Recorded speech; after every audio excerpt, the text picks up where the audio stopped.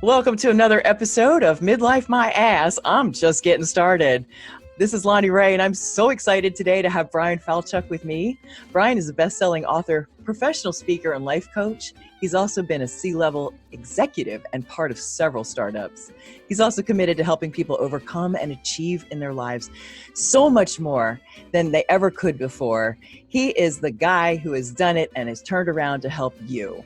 That's what Bryan does. I love Bryan so much, and I know that you're going to enjoy these two interviews. So stay with us as Bryan and I discuss his first book, Do a Day. It's a bestseller. Bryan has overcome so much, from losing 100 pounds, running a marathon, and pretty much turning around his marriage. What do you reckon? Welcome to the show, Bryan. Yeah, thanks for having me on. It is absolutely my pleasure. Always love speaking with you. As you know, midlife is a stage. It's not an age. Yes. It's a place in which we're wondering, what the heck am I going to do now? Yeah. And we have those in multiple times in life. Yeah, that's very true. We have these wake up moments. We're like, how did I even get here? Yes. Yeah. Right? Hopefully it's a wake up moment before it's a crash and burn, True. That whole pester, fester, boom thing that I talk about. Like, how bad does it have to get before it goes boom? Yeah. So you've had a couple booms in your life. I have. Yeah. And I'm okay with that. But I think we all have different ones. And sometimes we think it's a competition, or like mine aren't bad enough, so they don't matter. But look, if it's a boom for you, it matters. It's that simple. That is such a good point. The comparison of ourselves versus others, it's not even fair to do. No, it's not. No, not it. It's your show. It's not someone else's. So it doesn't really matter whether, they've been through worse or not, or, your experience isn't valid because they went through. That's not what we're talking about. Every soul has a trip that they're on, and ours included. Everyone else that's listening, you have a certain trip that you're on, and that's relevant, and that's what matters the most. And Bryan and I are both dedicated to helping you to make the most of this turnaround that you want to do, or add value to your life, or bonus it in ways that you just only dreamed of a long time ago, and maybe you forgot what that is. Yeah. But we're here to help remind you and give you some shortcuts and strategies to help you turn that around. Yeah, and we're both examples that you actually can, even if you think you can't. I mean, God, you are that over and over. You prove that point. Thank you. Yeah, thank you. And so with Do a Day, yes. You have kind of summed it up as, this is a book about relationships in a certain kind of angle. Yeah, so Do a Day is about your relationship with yourself. Which is the single most important relationship we have. It's that advice that seems to be going around a lot lately, about the reminder, like, put your own oxygen mask on first. We get so hung up in what everyone else needs or delivering for others. Sometimes we don't take care of the self. And the most important place to start with that is understanding yourself. Because how do you know how to take care of you if you're not really in touch with you? And to this midlife point, how many of us wake up with this, like, almost discombobulation, like, where am I? And I travel a lot, and I wake up in hotel rooms sometimes, and I can't remember, like, I'll walk into the wall because I'm like, oh, don't I sleep on the other side?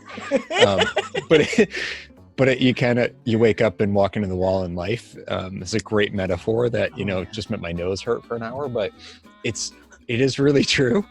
I coach people in lots of different age brackets, and I think you're right. Midlife is a stage that we may hit more than once. Doesn't mean we're going to die 3 or 4 times, but it does mean, like, late 20s, you get out of that train you were on coming out of college, and you're like, wait, why am I doing this job? I kind of decided all this stuff when I was 18, deciding where to go to school, and it just, it got away from me. Oh, I'm different now. And 30s and heading to retirement again is like, my whole definition of myself is tied to my career. Yeah. And if I don't have my career, who am I? I work with a lot of people who struggle with that exact problem. They're like, they don't want to retire because they're scared of who they're going to be sitting alone with, right? They don't know that person. What I love is that, to me, life is an opportunity to create ourselves as opposed to discover ourselves. And you got, right? Yeah. So when you work, give me an example of how this has been helpful to you. You're a proof of your own systems. Yeah, I mean, so it's probably worth talking about this moment when my life really turned around. So I had this backstory of pretty serious anxiety that started with my parents splitting up in a not conscious uncoupling kind of way, not an unconscious uncoupling, but more, TV movie kind of divorce, arguing, yelling, kids stuck in the middle. And I was really little. So I was left with this feeling that things wouldn't be okay. And that's kind of the basic human need when you're a child, like a really young child, and you can't do that for yourself. So you need those adults in your life to provide it for you. So I generally felt like the sky was falling at all times. Aww. And once I was old enough to do for myself, I did. So once I had the power and the capability to actually control the level of falling and the speed that the sky would fall with, I did something about it. And the good news is I'm really self-reliant because of my anxiety. Like I if there's a problem, I'm the guy you want on your team to solve it because I see it and I jump into doer mode and I get it done and I fix things. The downside is I always think the worst of things. I always think like, this is the worst thing we've ever faced. How are we going to get through it? We got to do this. We got to do that. And it's like, hang on a second. How are you still alive? If this is always like the end of the world moment, why are you still here? And why are you not, destitute with nothing?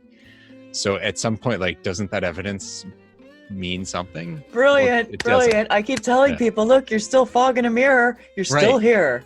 There's a reason. My father-in-law always says, if you ask how he is, he's like, still vertical. I'm like, well, there you go. Like, that's all you need. Yes. But, in that process, I was trying to basically medicate for this emotional hole. Like, that's what the anxiety is from. It's an emotional need. And I sought solace in food. And lots of people do that with different things, whether it's substances or other people or buying things or whatever. I was using food to fill that hole. And so my weight got out of control very, very quickly from an early age. And I found myself in my teens, closing in on 300 pounds. Whoa. And I didn't play football, so this was not okay. Whoa. It was like, I weighed significantly more than I weigh right now. Like, I'd not say, quite double, but I was going to say, it's got to be close to double. Yeah, I weighed about 100 pounds more than I weigh now, maybe just over that. I don't know exactly because I couldn't face it, so I stopped weighing myself when I got to 248. But my pants kept needing to be bigger, and wow. I love this one. I wore a size 12 shoe. When I lost weight, I wore a 10. Like, how does that work? Like, I don't remember there being globules of fat in front of my toes, but apparently, anyway, maybe that was a little too graphic. But the point is, I really struggled, and I learned the tools to lose weight, but I didn't deal with the reason why I was obese. And so fast forward, I lost weight heading into college, fast forward into my 20s, now I'm married, I've got a house and responsibilities and all that. And so the weight, like a lot of Americans who were like fit in college, like, you kind of become American, right? Like a couple pounds a year, maybe 5 or 10. Next thing I know, I'm 50 pounds back to where I was. Oh. And at this point, this is where I finally faced things, and I had this moment. My wife became extremely sick. Our son was 2. She has a chronic illness that reared its head then, and it got to a point where she wasn't expected to make it through the summer. And she is still alive, but that's not what it looked like at the time. And I got this call from her doctor on June 30th, 2011, to give up and to tell me there's nothing else to be done, and he's going on vacation. Talk to you in 6 weeks. What? Yeah. So she was losing 2 pounds a day. She was barely 100 pounds. She was bedridden. Oh my God. And our 2-year-old had a front row seat to all this.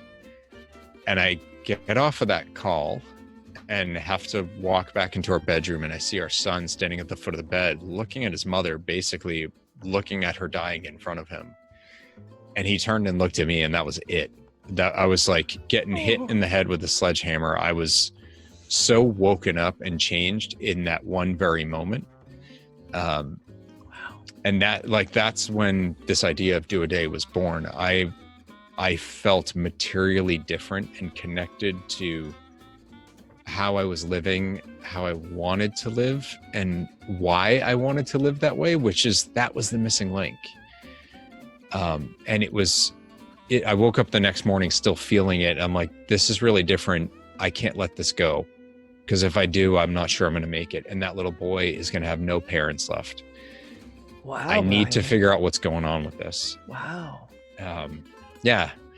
And you know, even if like, it doesn't mean I would have died as well or then, but it does mean his shot at happiness, if I'm the only parent he has, is pretty slim.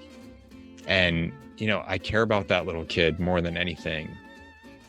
So to feel that's what hit me. It's really important not to rest with something outside of you. And so for a long time, wait, what does that mean? What does that mean? Like, so for a lot of time, my feelings about my son and being there for him was enough to keep me going. And when I would recenter on those feelings, it would bring me right back to my purpose, into this moment, into what I was trying to achieve. But one of the things I talk about in the book is I talk a lot about your true motivation. And that's what hit me in that moment, is like the why, right? If it's external to you, no matter how powerful that external thing is, there's another layer to that onion you have to get to. And this was my block. And it took me another 6 years, and writing and publishing the book and being on a show like this where the host called me out. Because I talk about how it can't be external. And he's like, yeah, but it's your son. He's external. And I was like, no, but you know, my feelings for him are deep within. He's like, yeah, I get that. I'm a dad too. That's not right. It's still external. And this was the block. I didn't love myself enough. And it's not egotism. It's about thinking I actually deserve to care and to matter, and that I'm actually capable of achieving these things. If you bring it back to yourself, that can get really scary. If I rest it outside of me, then it's him, and I don't need to feel quite like, well, what if I fail? What does that mean then? No, it's him. It's not me. It's like he's the shining star. Well, what if I fail? You know, and it's me, then what am I left with? So it's a scary thing to face, and you have to be willing to face all of that self-judgment, which we all do. And that's just a lot. You know, it's a lot, and you can and should go through it. And for some people, it's more than self-judgment. It's trauma, it's mistreatment, it's a lot of history and past. And sometimes I coach people who are like, I was abused, that's off limits, we're not talking about that.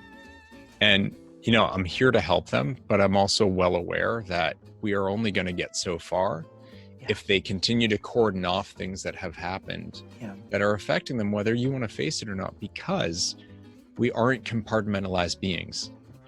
We don't get to have everything great over here and everything horrible over here and expect that to work as a life. Right. And that's the kind of stuff that came together for me that really was so front and center around truly understanding myself, what matters to me, how I view myself, and the power I can take from that. Guys, this is so perfect. This is such epic conversation. I want to encourage you to follow up with Bryan Falchuk. I'm going to put the information in the show notes, because where you're at right now, making an external thing your why, maybe you're now an empty nester, or maybe you're just suddenly on your own, whatever it is. Yeah, that why needs to be you, doesn't it? Yes, it does. Yeah, because those external things can change no matter how permanent they seem and how much you love them or they matter. It doesn't take away from them for you to bring it back to you. Oh, well said. Yeah. Yes, that is so important for those who have dedicated their lives, say, to being a mom, or to something outside of themselves, a role that they signed up to do. The dad and his role of entrepreneur, whatever it is that you guys are currently have under construct, it needs to still come back to you, doesn't it? Yeah. Oh, the entrepreneur and their company. You know how many entrepreneurs can't walk away? Yes. It's like their child, and it's their identity. It is their identity, exactly. So what we're going to do in this next episode with Bryan is we're going to go into his second best-selling book. Yeah. Yes, this is the 50-75 solution, and I want to congratulate you on making that a bestseller too. Thank you. You're just rocking and rolling, my brother. And this is going to be about relationships as they pertain to other people in your life. So Yes. Do a Day is about relationship with yourself. I highly encourage that you guys grab the book and seek Bryan out, because his knowledge and insights, bar none, is deep and wide and wise. I want to thank you for joining me on the show, Bryan. Thank you. Yeah, And thanks we'll for having me, Lonnee. You're welcome. And we'll be right back, guys, with another episode of Midlife My Ass. I'm just getting started. This is Lonnee Rey, and I'm out for now, but I'll be back.